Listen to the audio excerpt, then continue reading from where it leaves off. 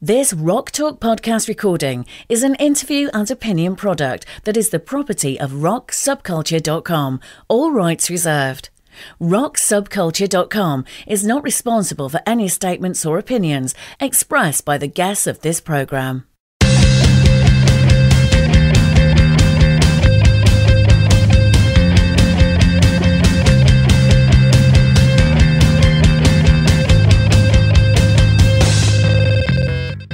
Welcome to Rock Talk, the official podcast for rocksubculture.com.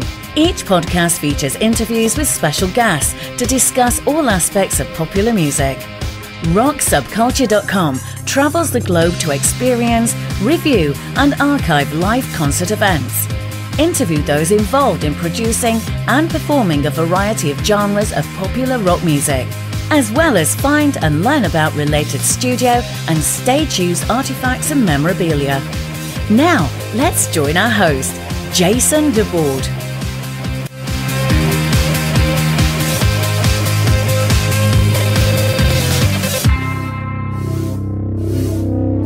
So welcome to Rock Talk, and today my guest is Clive Farrington from When in Rome, UK. So I want to welcome you and thank you for taking time to talk to me today. Thank you so much, Jason. Yeah, not a problem. And I had the pleasure of seeing you last week at the Crest Theater in Sacramento as part of the Lost. I think it's the Lost 80s Live, isn't it? Yeah, that's it. Lost 80s Live. So I know it off by heart now. So that was an awesome show, and I know you've been doing a series of these, and some of the artists have changed that you've been touring with. So do you want to maybe talk a little bit about your experience doing these shows? It's just that, I mean, obviously it's an eye-opener for me, and you know, I'm actually touring with my heroes, as it were, the people that I grew up with in music, and we're a massive influence. Particularly Flock of Seagulls, who are they're from Liverpool, we're from Manchester, about 30 miles away from where I'm from. Mm-hmm. So the kind of musical upbringing for both bands, for Flock of Seagulls and When in Rome, was very, very similar. Right. But we were all in the same scene and growing up in the Hacienda days, you know, in the New Order days, if you like, the Acid House period and everything else just went after that. So we all grew up in the same time scale, if you like, and it's just great. And I never met them while I was in the UK, and it's weird that we come out on tour in the US and we meet for the first time, if you like. How funny. Yeah. Why don't we talk a little bit about When in Rome, and then we can kind of go back into your own upbringing and how you got into music and stuff. So currently you're touring as When in Rome UK, and Why don't you tell me about who's involved in that? Well, When in Rome UK came about because of the situation is at the moment that we had, when we first formed, we formed the band with Michael Floreal, myself and Andrew Mann. And we parted ways in 1991 with we felt that the direction wasn't going in the right way for us. Andrew and I wanted to go somewhere else. Mike wanted to go his own way. So, we decided to part ways. We kept the band going. We toured again in, Brazil with a new keyboard player, and we stayed writing together all the way through that period, up to today. And of course, now we find ourselves in a situation where Mike has formed the success of the movie in 2004, Napoleon Dynamite, meant that there was a question to they were asking for us to tour again. Mm-hmm. So Mike, without us knowing, formed a band here in the US and started to tour on the success of the movie. Of course, we were kind of stuck back in the UK and not having an agent out here, and not knowing really much about it until 2006, when we started seeing YouTube videos of Mike's version of the band performing our tunes. And, you know, without wanting to go into a slanging max, it just didn't sound like When in Rome. Mm-hmm.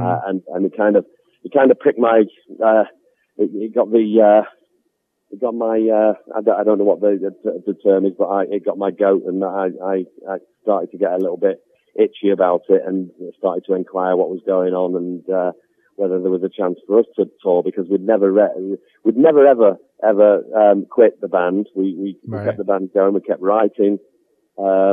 and we were kind of aghast at the fact that the band had reformed without the original singers and writers. So I don't know whether that answers your question, but I don't, as far as that, I don't really want to go into a slanging match. Obviously, I don't mind speaking about what's going on with Mike at the moment, but I don't really want to start saying how, Sure. The detail, if you like. Yeah. So now, currently, you have Rob Juarez also performing with you. Yeah. And your guitarist, Danny Dean. Jumpin' Danny Dean, right? Oh, Jumpin' Danny Dean. Yeah, fantastic. And then when you mentioned Rob and stuff like that, you know the background to all of this. That Rob was actually the agent for When in Rome back for Mike's version of When in Rome. Because when he asked, it was actually Rob that asked Mike to whether he was interested in reforming the band because of the success of the movie. Now Mike told Rob that we'd retired and we couldn't sing anymore, so. Rob had no choice but to put this band together, that band together. But then I contacted Rob, and then the cat was out of the bag, if you like. And but the main reason why Rob is involved with us now is because he's a fantastic percussion player. Yeah, he's a great backing vocalist, and I wouldn't have anybody involved that wasn't up to scratch in the lineup.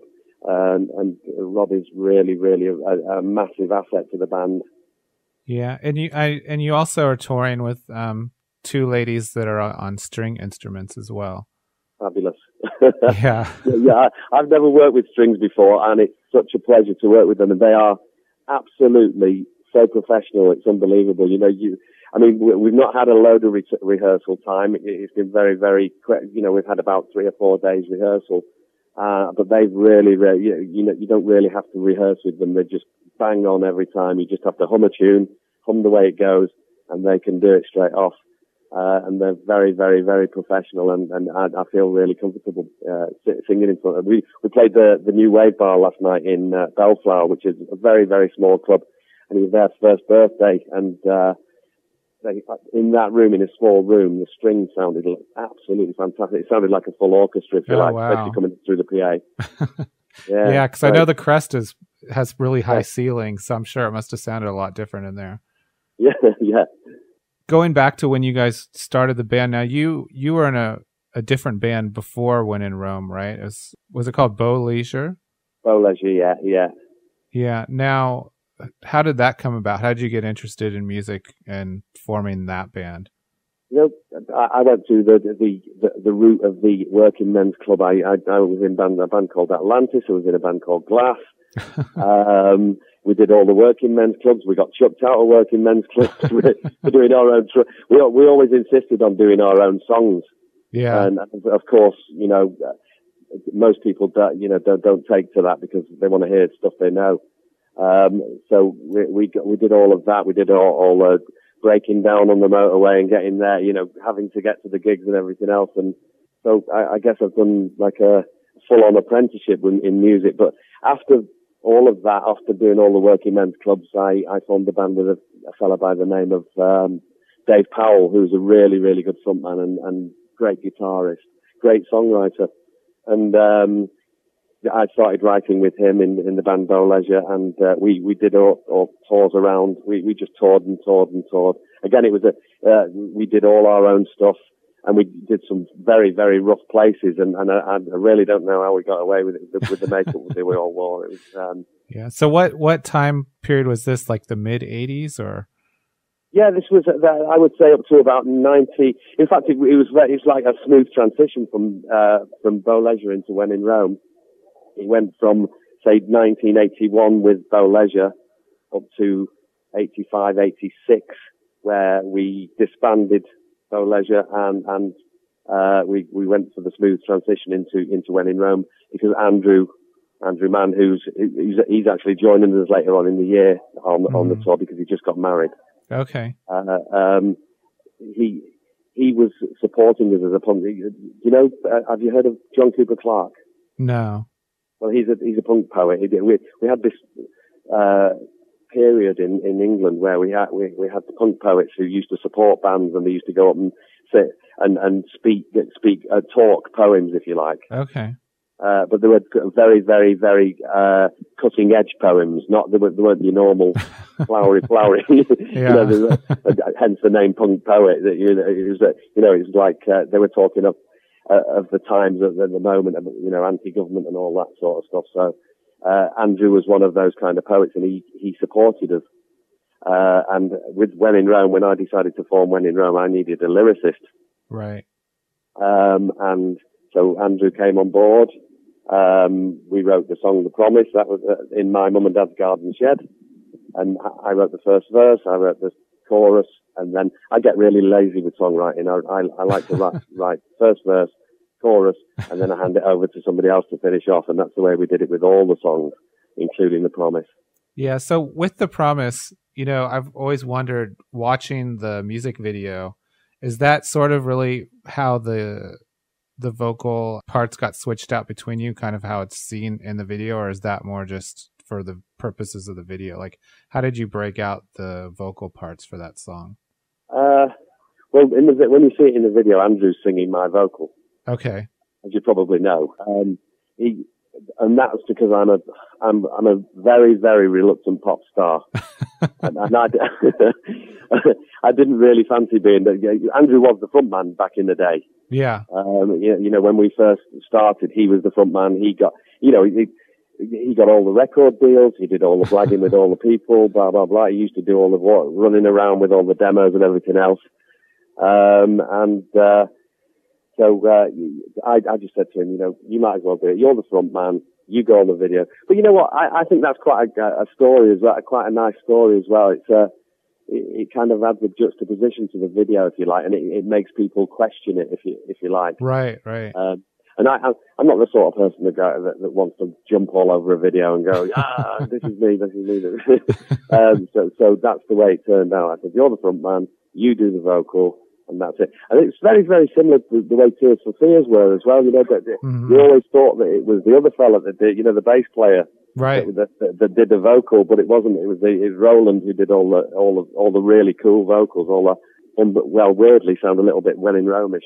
Yeah, well, I just saw them a couple of weeks ago and had front row seats. It was the first time I'd ever seen them, so it was really fascinating to me to see them perform live, because you always kind of wonder, like, who's singing which bits, And it's Roland that does most of the singing. The guitarist, isn't it? I don't know whether he's got curly hair now, but he did that back in the day.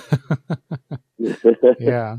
What was the thinking behind When in Rome and having kind of two lead vocalists, as part of a band? Because that is kind of a little unusual, for rock and pop music. We were very, very influenced by the Walker Brothers.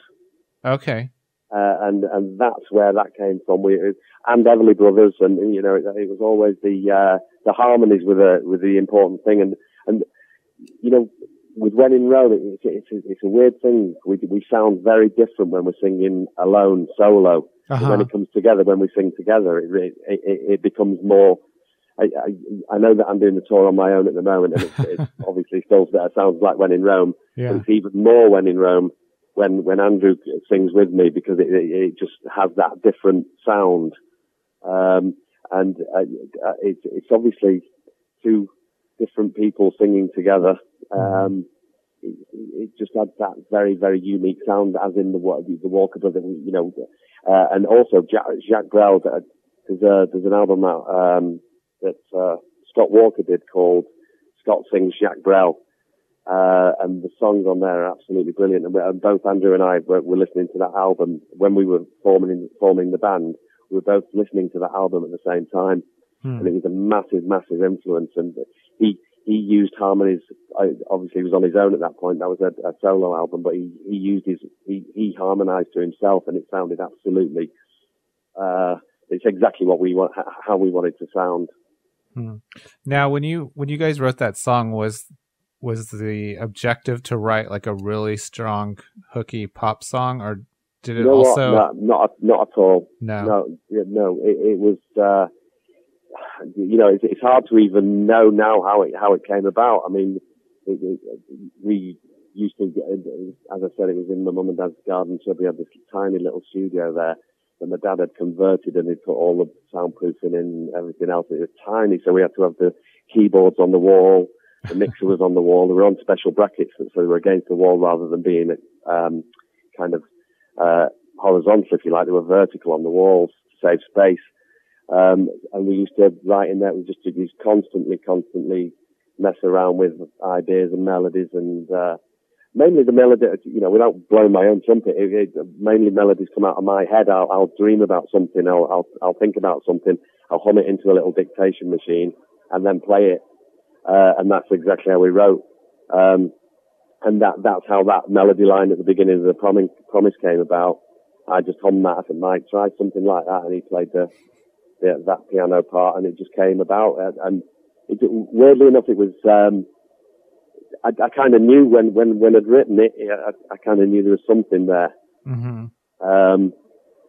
But you never know how it's going to go and how big it has become, if you like. Right.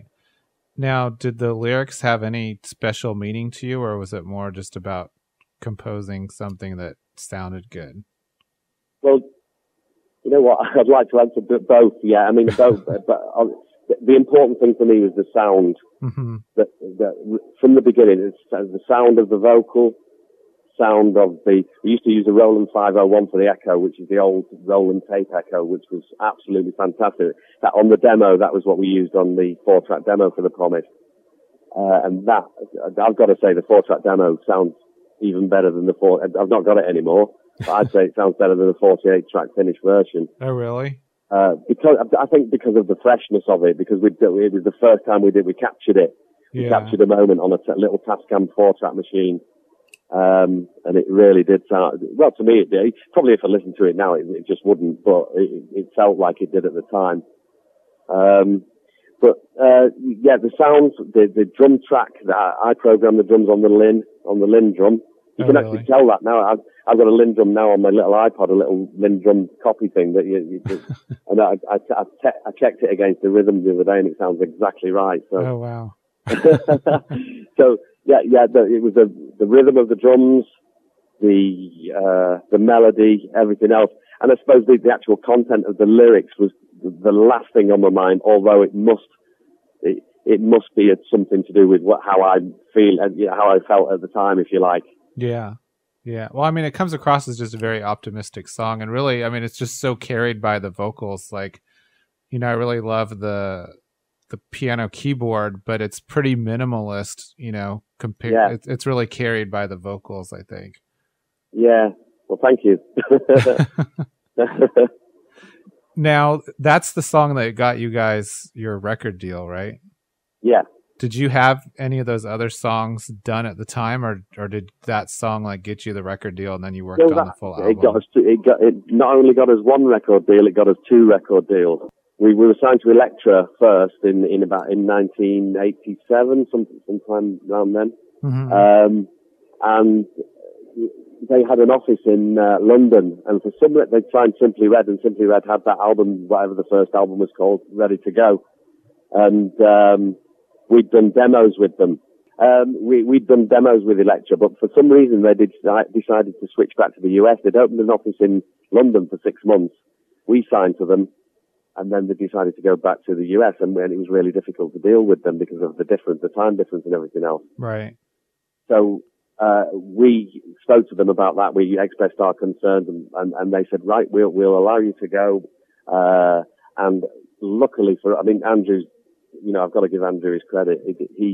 He'd already teed up another record deal in readiness for if we did have to leave Elektra, if you like. Wow. And Virgin was still interested, so we did a couple of showcases for them at Nomis in London, and signed to Virgin.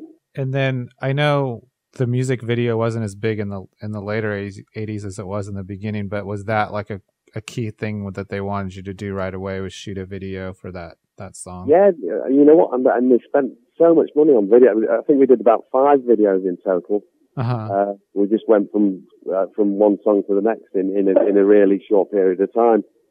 And it was in the days when they were throwing a lot of money into video and stuff. So we were lucky enough to be able to experience being on these massive stage sets and stuff, and having Roman amphitheaters built for us and everything else. You had mentioned Napoleon Dynamite, that your song The Promise was obviously a key feature in that movie, and that came out in, I think, 2004. So what was that like for you to have this song kind of come back and have sort of a resurgence many, many years later?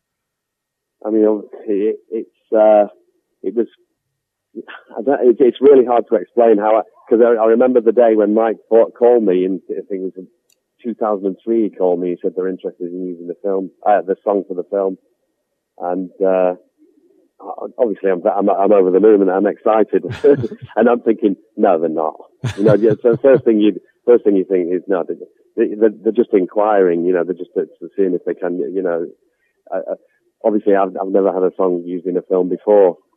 And of course it went through, and we did all the negotiations and everything else, and the best thing about it is when all your friends say it's just been on telly and we've just seen your name at the end of the credits. It's I don't know, it's hard to explain the excitement that I had when Mike first told me, and then when it was used, and then when I watched it for the first time, because I didn't really watch it straight away. Or, you know, the greatest thing was I was watching telly in bed one night. It was about 1 o'clock in the morning, and Daryl Hannah, I'm watching the MTV Movie Awards. And Daryl Hannah runs up on stage. She says, "Forgive me, I'm out of breath and I'm losing a voice shouting for Napoleon Dynamite." So I kind of knew that if Daryl Hannah gives it a thumbs up, yeah, I'm happy. And then obviously went on to win the MTV Film of the Year in 2004. Well, it's just funny because your music, to me, like when I listen to it, it totally seems like it should be in a John Hughes movie, like, you know, from earlier in the 80s or something. It just has kind of that spirit and vibe to it, you know? Absolutely. We've got a few things going on at the moment. There's a new film coming out called Live for Today that's used it as well. I noticed on my, I was looking at my publishing company. We have a portal on the publishing company that tells us what's going on, and there's a film called Live for Today that's coming out that's used it. Oh, cool. There's a new program in America, a new television series in America called Psych Out that's used it as well. And then in an advert, do you know, get the Gant clothing label? They've used that in an advert for Christmas. So there's a few things going on with it. Yeah. Now, what have you done outside of music and outside of When in Rome since the late 80s? Well, my daughter was born in 1999, so it was kind of time to get up off my backside and get a proper job, as it were, because When in Rome wasn't paying the way up to 2004, right? Because of film and everything else. So I got myself a job in the best place possible. It was at a hotel looking after event technology. Oh, cool. So it was kind of doing the job that I like.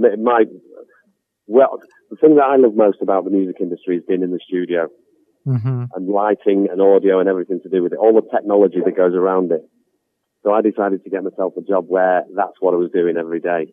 So I was looking after major events at a big hotel at Manchester Airport. So then, you know, since you're kind of into the technology side, what are your thoughts on how much that's changed, you know, in the last 20-something years as far as recording music, making music, distributing music, you know, all of the above? I'd say for a musician, it's the best time ever. Because anybody can actually do it. I mean, I was watching a video of my daughter the other day. She put up on YouTube that she was singing a Miley Cyrus song, and if you can do that, I mean, it's the Andy Warhol thing, isn't it? He promised people 15 minutes of fame. Right. Now they've got more than 15 minutes. Yeah, they've got endless amounts of time for fame. So if you've got something that's good, you can put it up there, and if it is good, people will take to it and by that hopefully become successful. And do you feel also, since it's so much easier to travel and people have more reach, you know, with the internet, communicating with each other and everything, do you think that music today, like, you know, back in the 80s, the bands that were recording in the UK had kind of a generally distinctive sound that might have been different from the US. Do you think that's kind of blurred now more, that things have become a little more, you know, international? I think so. Yeah. The bands that I've listened to over the past couple of years, I mean, I've been getting more into the American side of things, and weirdly enough, Texas seems to be really good on the electronic music scene. A place where you think that there is more line dancing. Right, and cowboy hats and boots. Yeah. Well, you know, when we first went there, obviously you get the line dancing clubs and everything else like that, but then you get the juxtaposition of real electro clubs. I mean, I know that Depeche Mode are massive in Texas. Erasure are massive in Texas. So, yeah, and then of course you get the offshoots of the bands that form themselves with influences around Depeche Mode and Erasure. And so there's a really, really, really good electronic scene in the US at the moment. Yeah. Now, you know, in the 80s, I think a lot of people that weren't into, you know, more of the synthesizer and keyboard based music maybe saw it as more of a fad. And then it seemed like in the early 90s, you know, you kind of have the grunge movement coming and some of that went away. But now it seems like electronic music, anything with synthesizer and, you know, programmed music is more popular than ever. And I was wondering if you had any thoughts about that. It was, to me, it was inevitable because there seems to be, to me, more melody in synthesizer music than there is in grunge music. You know, right? There's a lot of stuff like that I can't listen to. There's the odd thing, you know, the odd hit record that comes about in like heavy rock or grunge or whatever you want to call it. But for me, the stuff that's really memorable and you just want to listen to over and over again is that pumping beat with a melody. And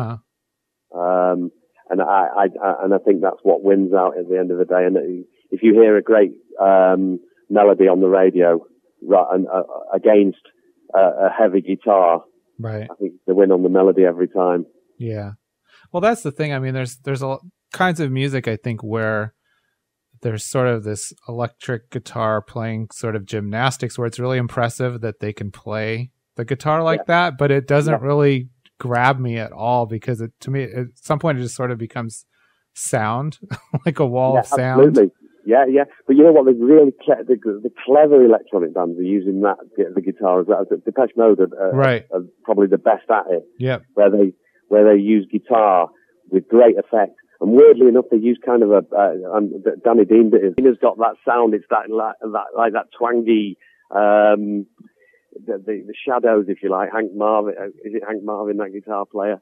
That kind of twangy guitar sound works really well against electronic music. Yeah, well, that's the thing. Like Depeche Mode is actually like my all-time favorite band, and like mine as well. Martin Gore, like he just comes up with these great little guitar riffs, and it doesn't. Yeah. It's not super complicated, but it's just that repetitive, you know. Yeah, absolutely. At the key places, especially live, it's just, you know, some of those songs they just blow them out, and it's just incredible. Enjoy the Silence sprung to mind then, because we had that down as a cover number about 2 or 3 years ago. Oh, really? But then decided that Depeche Mode did it miles better than we did. But the guitar riff in that is absolutely stunning, and it's simple, it's brilliant, and it's like you say, it's out of the head of a genius. Yeah. So, what are you guys working on now as far as new music? Well, I've got about 4 or 5 demos ready to go. We're going to be recording at Lakewood. We recorded the new tune Fatal. Yeah, we recorded Fatal at Danny Dean's studio in Lakewood, and we're going in there next week to put some new stuff down. I've got a new track called Lost, and that seems to be the strongest one out of the 5 that I've got demos for at the moment. Cool. How much longer are you guys going to be doing live dates? Oh, as long as we can stand up. Yeah. And even when we're not standing up. Yeah. Now you're going to be here in the U.S. through the end of this month. Is that right? We go back on the 4th of September. Yeah, we do 2 shows in Hawaii. Oh, cool. On the 31st of this month and the 1st of September. And then we go back, and then I'm coming back towards the end of September, and then we've got some shows going through November and December. Okay. Cool. Well, it was awesome to talk to you. And like I said, I really enjoyed seeing you guys play live, and I hope to see you again soon with some of those other great bands you've been touring with too. It's a nice bonus when you can see, 6 awesome bands in one night. But, thank you. For me, I've always been a big fan, and I honestly didn't know if I'd ever get a chance to see you guys live. So it was a real treat to finally experience that. It means a lot. Yeah. So, I really appreciate you taking the time, and, hopefully we can stay in touch, and I'll keep track of what you guys are up to. Brilliant. Thanks, Jason. Oh, you're welcome. Cheers. Thank you. Thank you for listening to our programme, Rock Talk. For the latest gig archives, articles and features about popular music and concert events around the world, please visit us online at www.rocksubculture.com.